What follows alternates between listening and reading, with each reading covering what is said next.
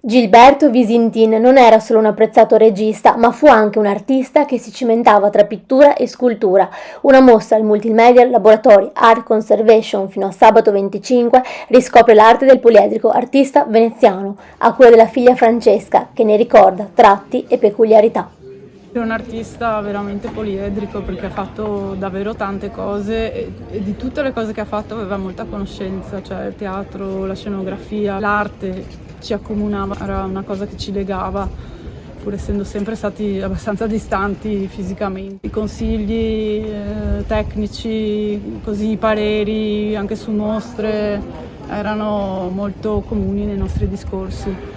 E consigli anche su come essere appunto anche nel mio piccolo come artista, cioè di osare di più, di avere più coraggio, cosa che lui aveva perché si mostrava per come era, senza tante sovrastrutture. Posso dire che era veramente un puro su questo. A ricordare Visintin anche l'attrice Patrizia Masi, per tanti anni sua compagna di vita e di lavoro. Quanto è stato importante per lui essere veneziano.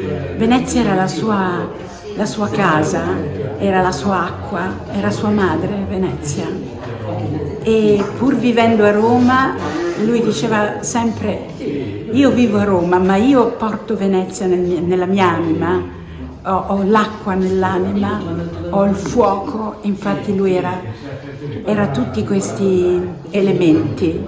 Era un uomo che viveva l'arte dalla mattina alla sera e la notte, si svegliava di notte e diceva: mi è venuta in mente un'idea fantastica. Così lui raccontava le sue idee che poi venivano portate regolarmente in teatro, e questa era stata una cosa, è stata la mia più grande storia d'amore.